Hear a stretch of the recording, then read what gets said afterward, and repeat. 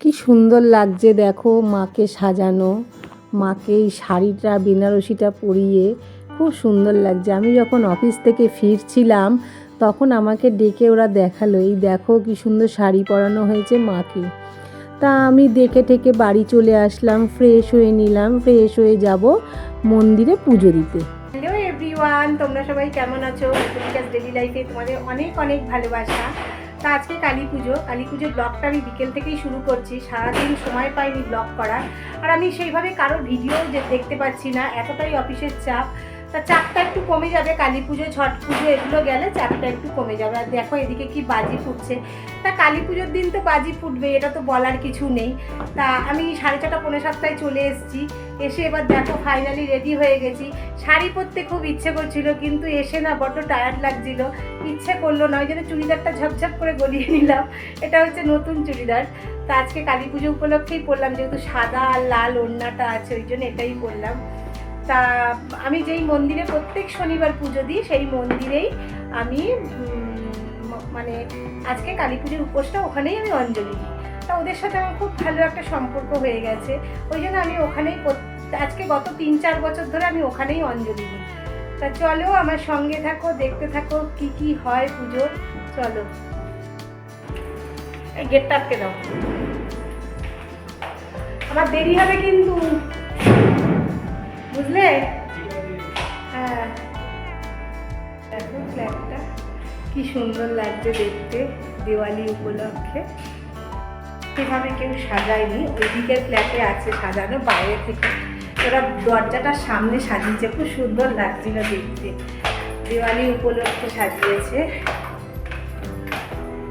পুঁতিটাকে আজকে বাইরেই রেখে দিয়েছি বেরোবো বলে। আর বাইরে চলো মন্দিরে যাই মন্দিরে। অন্ধকার থেকে তো চারপাশ সুন্দর লাগছে, প্রত্যেক ফ্ল্যাটে এত সুন্দর লাইট দিচ্ছে। চলো দেখাই। চলে এসেছি মন্দির চত্বরে, এদিকে দেখছি পুজো শুরু হয়ে গেছে। তা ঢুকে পড়লাম। পুজোটা আমি আগেই কিনে দিয়ে গেছিলাম। তা অফিস থেকে ফেরার সময় একটু দেখা করে গেলাম, দেখালাম তোমাদের আগের ছবিটা। এবার পুজো দিচ্ছে, নামে নামে পুজো হচ্ছে।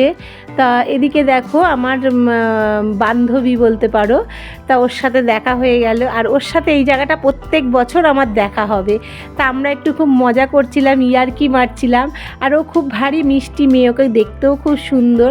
তা আমরা একটু গল্প করছিলাম। আর যত পুজোর দিনেই আমার ওর সাথে দেখা হয়। এদিকে এই পুচকেটাকেও একটু আদর করছিলাম। এই পুচকেটা হচ্ছে যে পুজো করছে তার ছেলে। এদিকে দেখো আমার বান্ধবী পুজো দিচ্ছিল, তার প্যাকেটের ওপর নামগোত্র লিখছিল। তা এদিকে বাবু, এই যে মানে কমিটির সবাই এরা এখানে থাকে, ওদের সাথে আমার খুব ভালো একটা সম্পর্ক হয়ে গেছে। তা যেহেতু আমি যাতায়াত করি সেই জন্যই প্রত্যেক সপ্তাহে যাই, পুজো দিই। তারপরে কি লাগবে না লাগবে থাকি পাশে আর কি। তা আমি আরও একটু গল্প করছিলাম, দেখো ওকে কি মিষ্টি লাগছে দেখতে না, তাই বলছিলাম। চলো এদিকে পুরো পুজো শুরু হয়ে গেছে।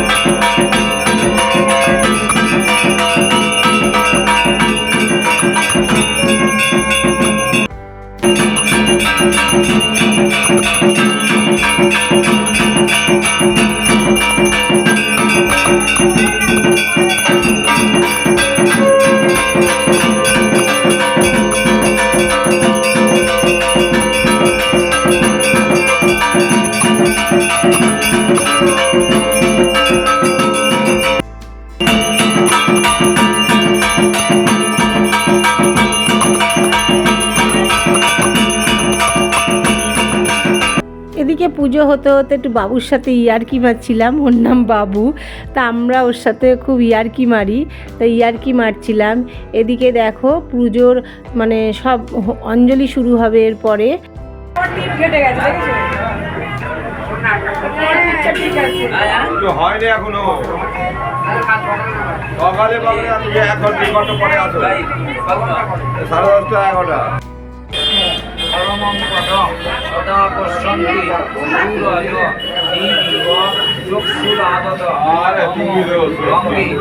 অঞ্জলি শেষ করে আমরা বাইরে বেরিয়ে আসলাম, এত গরম লাগছিল ভিতরে। আর এই দেখো আমাদের পুরো মন্দিরটা কি সুন্দর লাগছে না দেখতে, খুব সুন্দর সাজিয়েওছে।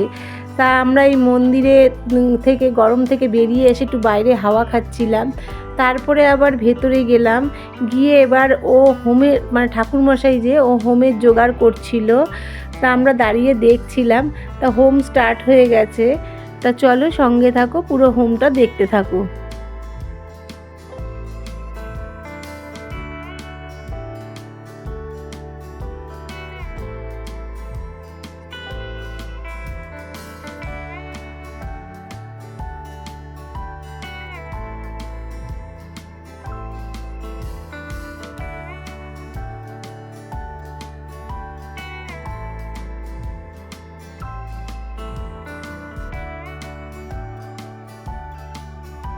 এদিকে আমাদের দুজনকে দুটো প্যাকেট দিয়েছে ভোগের, তা আমরা বলছি তো এটাতে নিয়ে বাড়ি যাব না, হোম শেষ হবে, সব পুজো শেষ হবে, তারপরে ওখানে যে মায়ের ভোগ দেওয়া হয়েছিল ওটা নিয়েই বাড়ি যাব। তা প্রত্যেকবার অরিজিনাল ভোগটা নিয়েই বাড়ি আসি। তাই এবার হচ্ছে উপরি পাওনা, দুজনকে দুটো প্যাকেট ধরিয়ে দিয়েছে তা ওখানকার কমিটির স্টাফেরা। তা চলো আমরা খুব হাসি ঠাট্টা করছিলাম প্যাকেটটা পেয়ে। তা যাই হোক, চলো সঙ্গে থাকো, দেখতে থাকো পুরো ভিডিওটা, ভালো লাগবে খুব।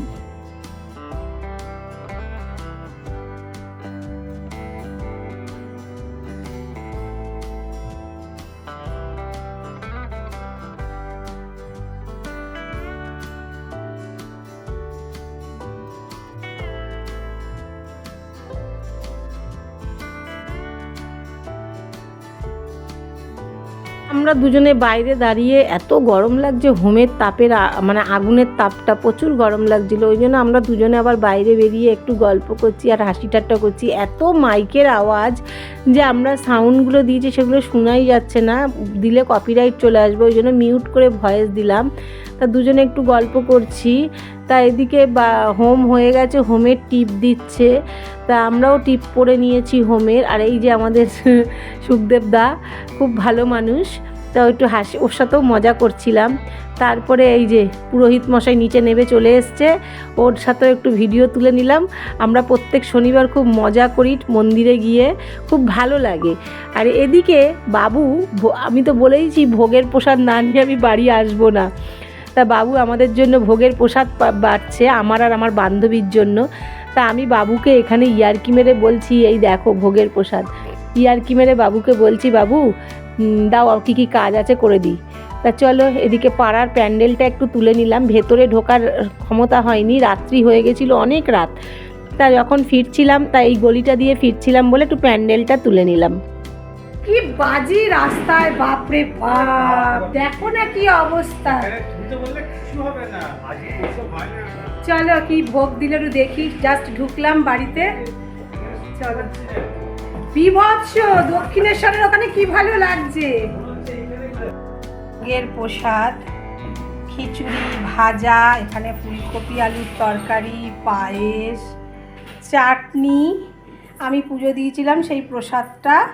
আর দেখো এইটা হচ্ছে মেন ভোগ, এই ভোগটা হচ্ছে মেন ভোগ। এবার লেগেছে তাড়াতাড়ি।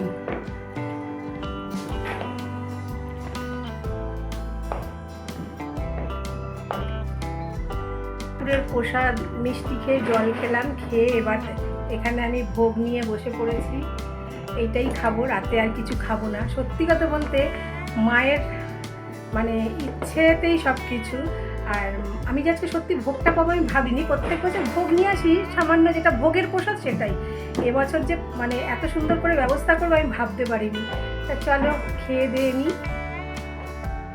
প্রসাদ আমি শেয়ার না করে থাকতে পারলাম না তোমাদের সাথে।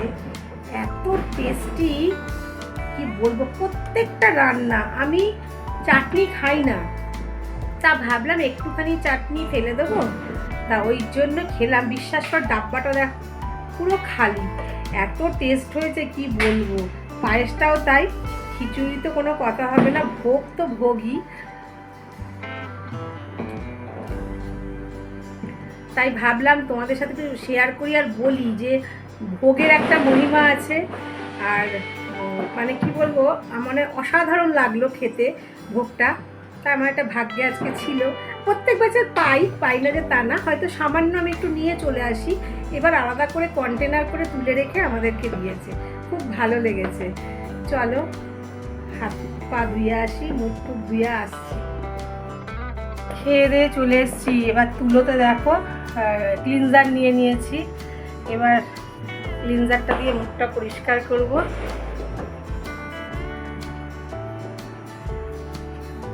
আমি সেটাফিল ইউজ করি, সেটাফিলটা স্কিনের জন্য খুব ভালো।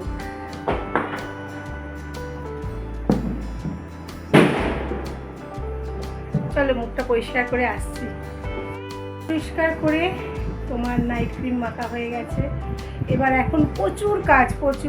গাড়িগুলো যে বেরিয়েছে তার তো কিচ্ছু করিনি, পুরো প্যাকিং করে নিয়ে ব্যাগে করে নিয়ে চলে এসেছি।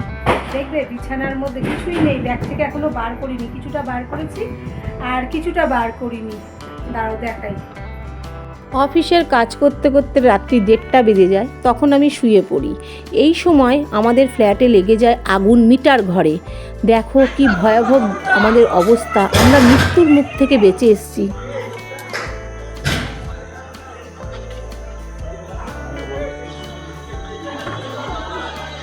আরে ফায়ার ব্রিগেডে ফোন করেছেন?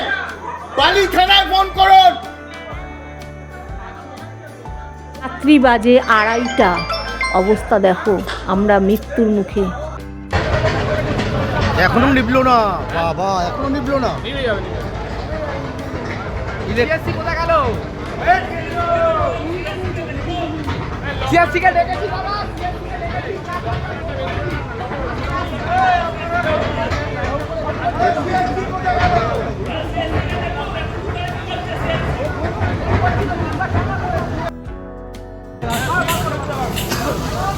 কাট।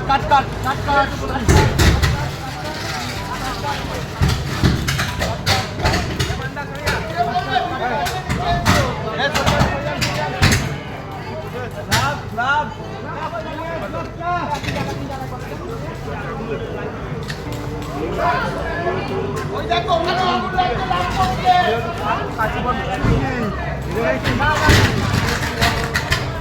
ওই ল্যাম্প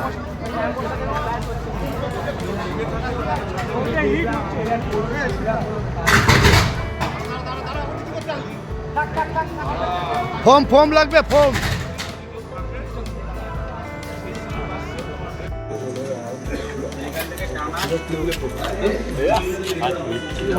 হ্যাঁ, এখন তো যৌতুকগৃহ হয়ে আছে, পুরো হিট হয়ে আছে। প্রত্যেকটা তারের কোটিং নষ্ট হয়ে গেছে, পুরো খসে খসে পড়ে যাচ্ছে তারের। হ্যাঁ, কোটিং পড়ে গেছে, তো এ থাকে না রাবারের, হিটে হয়েছে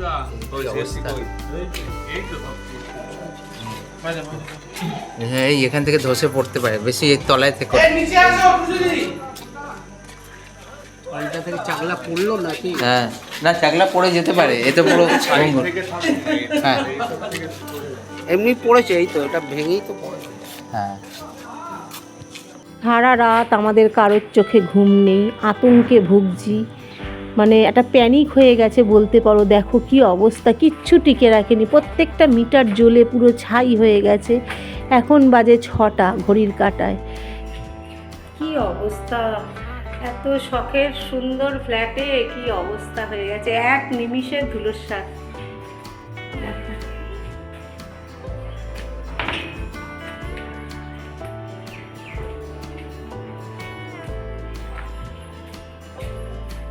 কি বলুন, কিছু বলবেন?